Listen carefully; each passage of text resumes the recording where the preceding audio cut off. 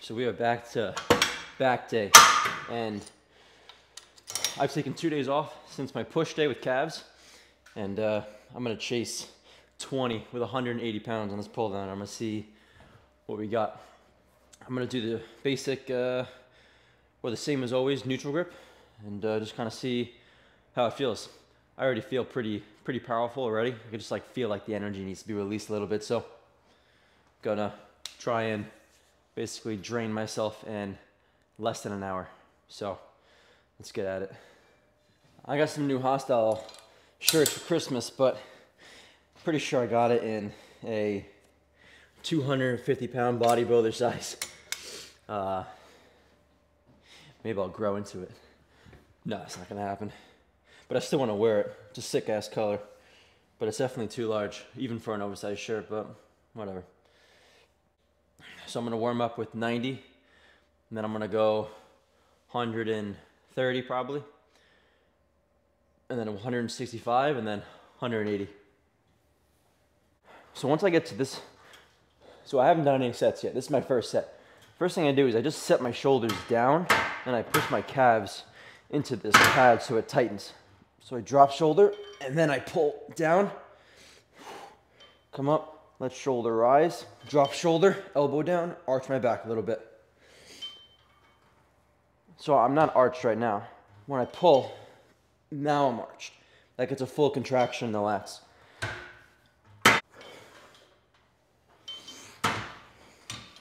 So again, if you don't have this neutral grip, I've talked about in my other videos that you can go reverse grip. The idea is to keep the elbow as tight as possible. I mean, you don't want to go this close, but you do want it to be pretty just in line, like this. You don't really want it to go out too much, because you don't get the same amount of, bias, we'll call it, to your lat. You start bringing in more of your upper back, because you can tell if you took a wider grip like this and you pulled, then it's gonna be more, you're in a position to pull your shoulder blades together more, which is more of a function of your upper back. So lats just bring your humerus down and in. So I mean, you could train it like this too, it's just not as efficient. So this is the most efficient probably. At least that's kind of what I've experienced, so. And every rep is a powerful contraction. There's no slow reps on any of this.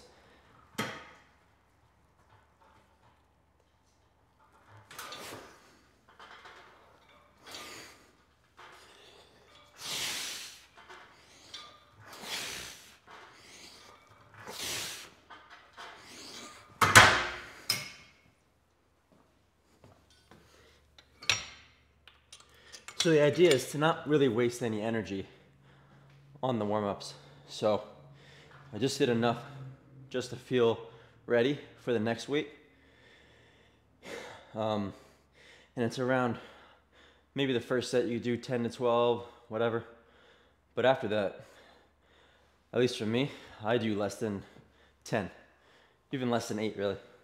I think that was like 6. So this set I'll probably do 3, 4. And right now I'm not really listening to music that is like amping me up a lot. So I'm saving it. I'm saving that prime song, which is still a Sia, or Chorus of Chains by Sia, for that top set. It does give you that extra power. So it's something to try. You gotta kind of like be disciplined and not listen to the good shit until the actual real sets, you know? But, so I'm gonna hit this and see how it feels. 3 to 4 reps. Only strap in when you absolutely need to. So I'm gonna feel this weight out and then strap in for that heavier set.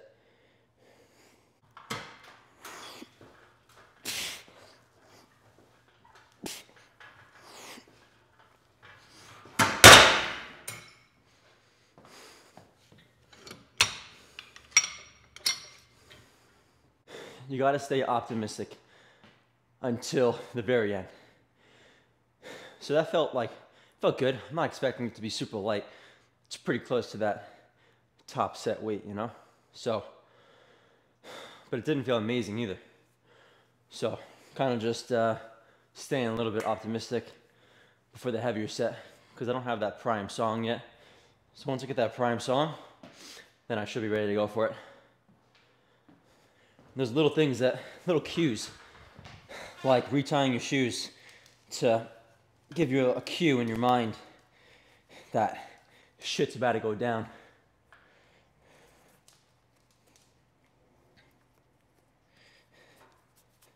I literally don't have to retie them. They're tied already, but it's a cue that I'm extra stability, you know? Whatever it is, it works in my mind. So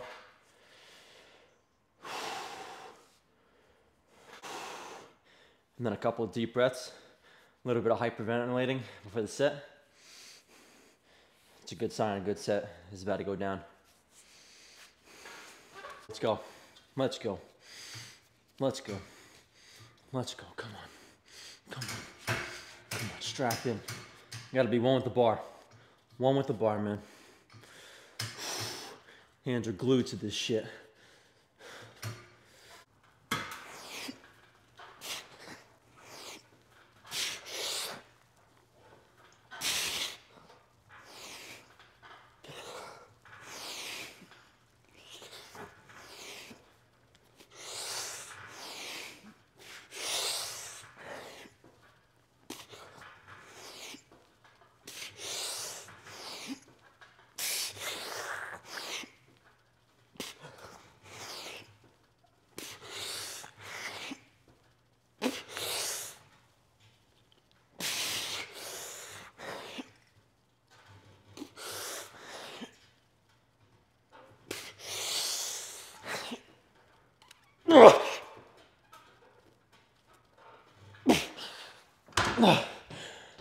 Oh, yes.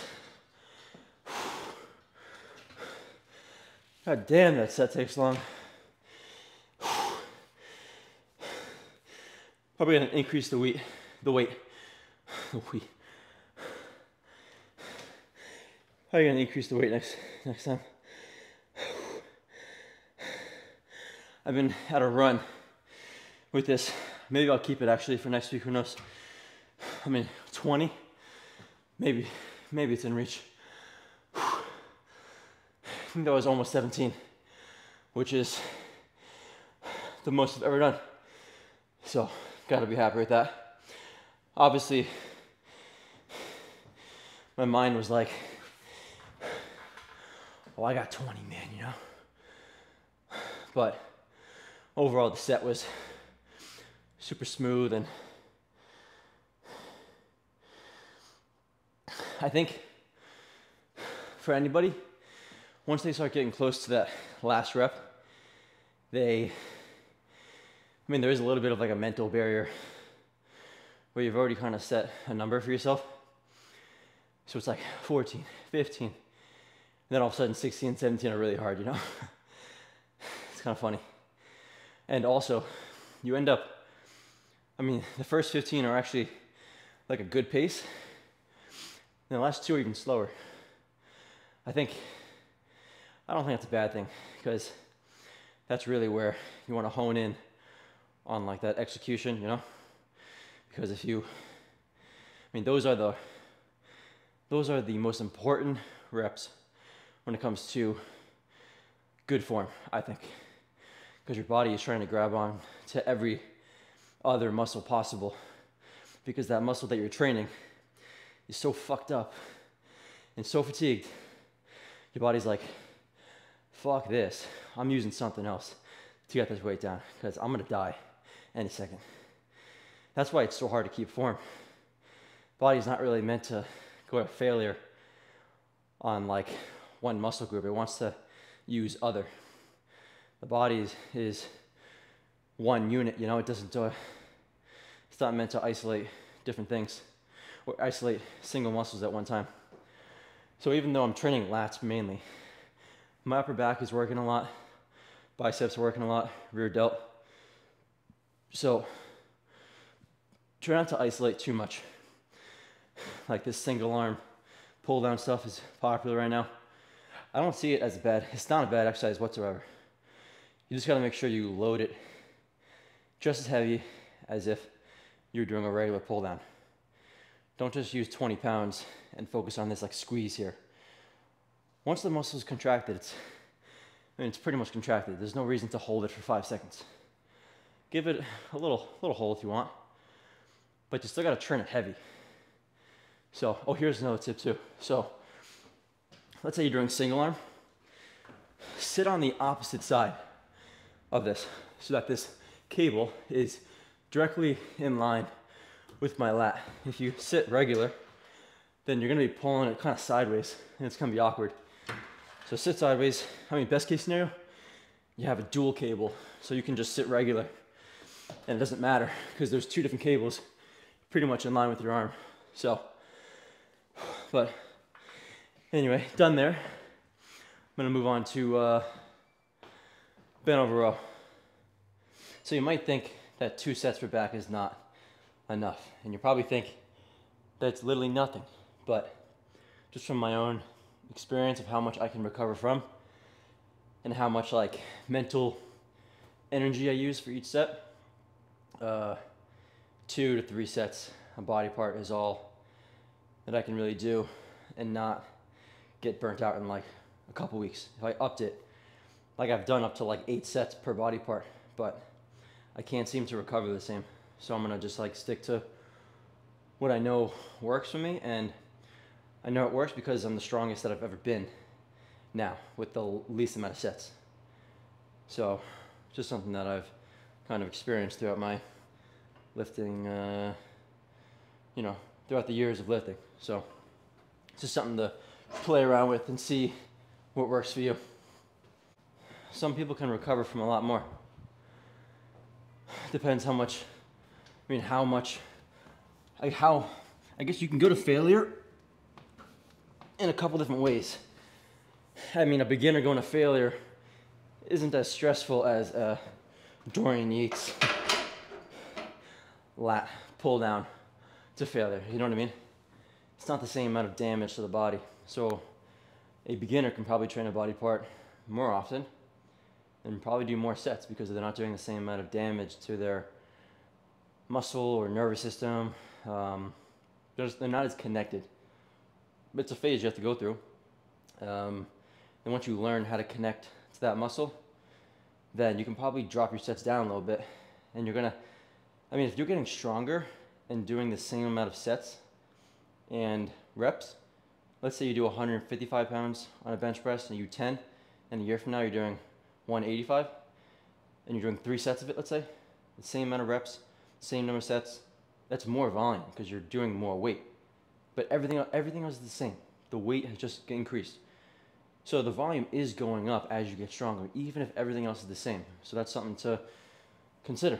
And it is harder to recover as you get stronger because you're putting more stress on your body. So more is not always better. Less is more sometimes with this weightlifting stuff. So I'm gonna warm up with this bar here, and then I'll probably do 2 more warm-ups or something like that. So legs are pretty much straight, a little bit wider than shoulder width grip. And then I'm bending over like a stiff leg deadlift, stopping about right here before the bar gets to my knees. I'm looking up, and then I'm rowing to like mid-stomach.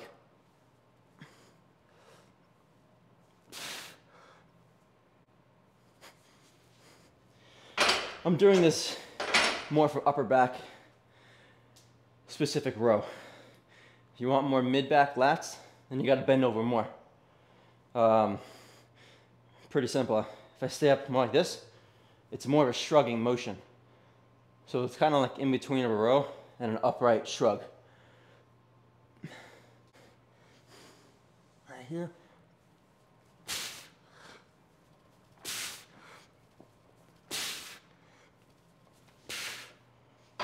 Minimal warm-ups on this. You still want to get your lower back warmed up, but the upper back is pretty much ready to go, I think. Just a couple of reps to feel it out, but the lower back should be warmed up a little bit, just with a couple of reps per set. So as I'm warming up, I'm thinking about that heaviest weight that I'm going to be performing, and I'm trying to get a sense of what it's gonna feel like. Repetition speed, how the contraction's gonna, how I'm gonna nail the contraction, then resist and let the fibers rip on the way down, and then set it back in. That's what I'm going through in my head as I'm warming up on this. Sets 135 here, and then I'm probably gonna do 155.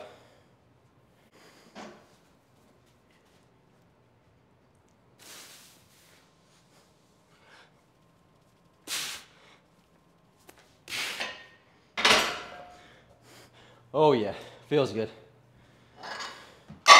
Saving that heavier song, or that good song for that heavy set. I don't want to burn out the song. This is all from just kind of my own experience. If I play music that is really hyping me up on my warm-up sets, then it doesn't do the same for that top set. I don't want it to hit hard on that heavy set.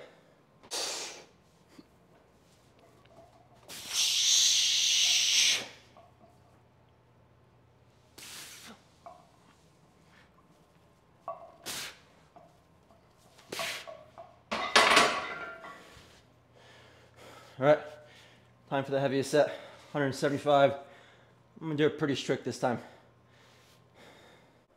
Now, before you do your heaviest set, there is a mindset you have to go through. You have to remind yourself why you're doing it. And you gotta have a purpose. If you don't have a purpose, then you're gonna find it hard to push real hard. Once it gets uncomfortable, you're gonna wanna give up, but just remind yourself the purpose of why you're doing this shit. So,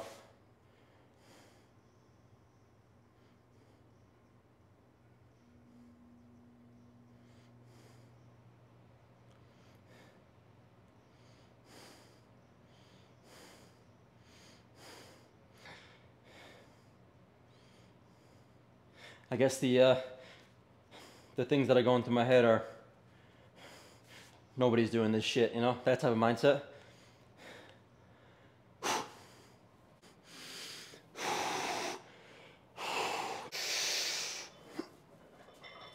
Yeah. Come on, you fucker.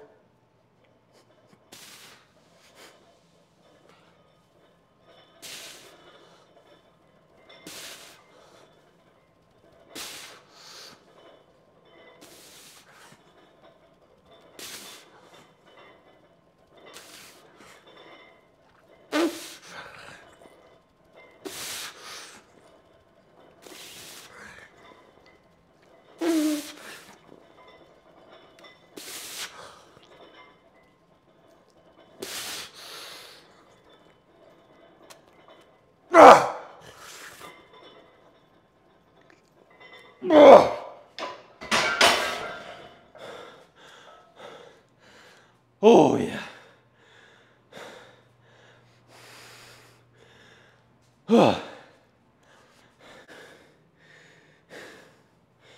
Again, I'm totally okay with only being like at this angle.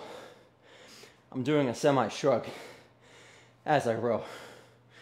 My lower trap and lats are pretty fried already from the pull down.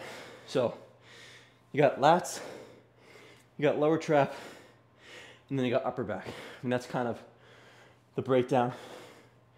So right now, my whole back is pumped, fatigued, rear delts are ready to be stimmed.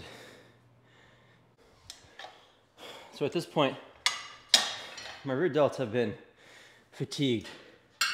Even though I'm not training rear delts on the pull down or the bent over row, it's still an exercise that involves a lot of rear delts. So I'm just gonna finish off delts, or posterior deltoids, with this pec deck, this reverse pec deck. If you don't have this reverse pec deck, you could do a bent over dumbbell lateral. You bend over in the same position, probably a little bit more than bent over rows did.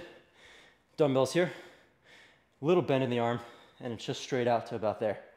And it's gonna be real heavy here, so you don't have to hold it, but it should be a controlled swing, if that kind of makes sense.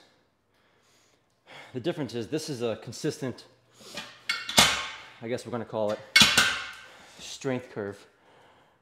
People use that word a lot, and it's a good word to use, but a lot of this shit can be overcomplicated. The basics is push hard and train the muscle. I mean, that's number one is train it. Number two is train it hard.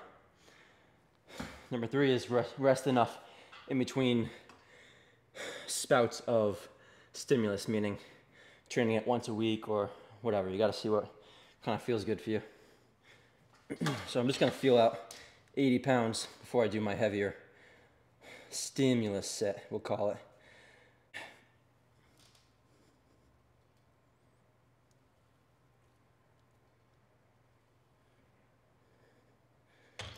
So I'm just doing a couple just to feel it out before I go to my heavier set. I'm already plenty warmed up, plenty fatigued. I just want to feel it out to make sure it feels normal, basically. 110.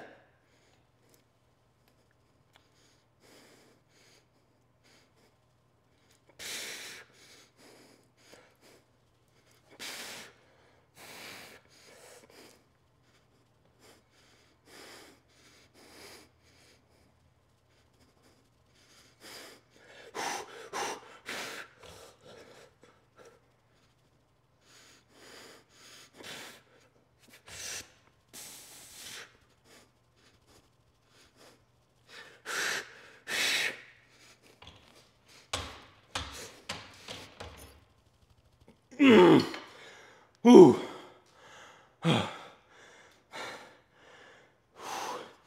As many as I could do. And then on this machine, just done right away.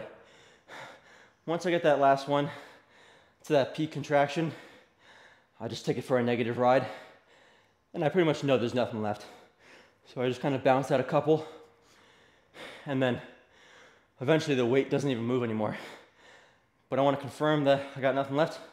So I still push into it for another second or two.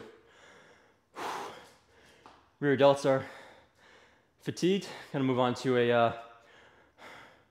a preacher curl. Haven't done that in a bit. So I got 10 minutes, then I gotta get out of here. So I'm gonna do 2 sets of this barbell straight bar. Straight bar is more bicep. Pump on the wrist a little bit. Then you have to do easy curl bar, but straight bar is where it's at. 2 sets here and then done.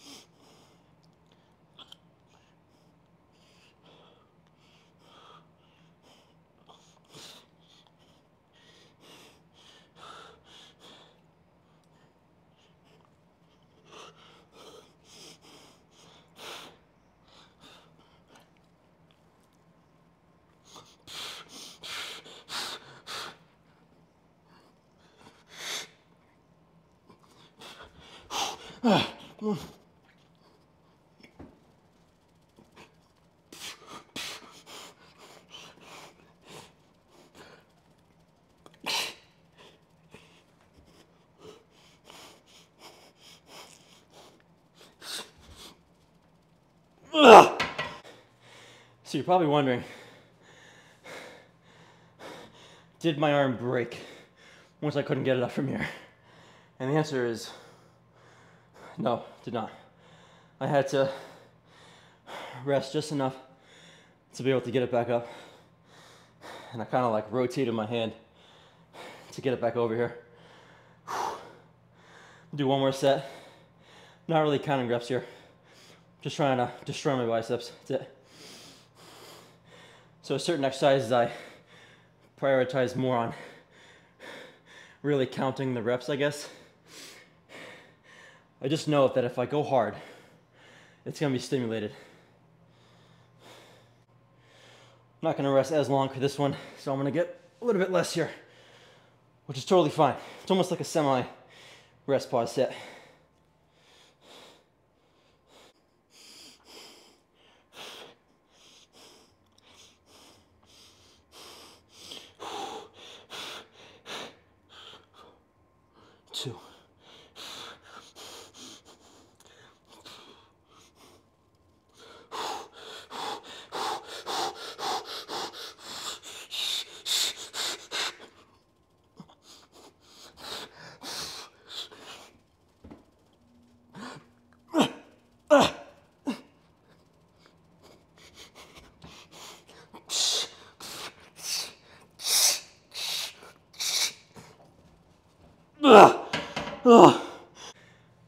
So there's gonna be no couch talk today.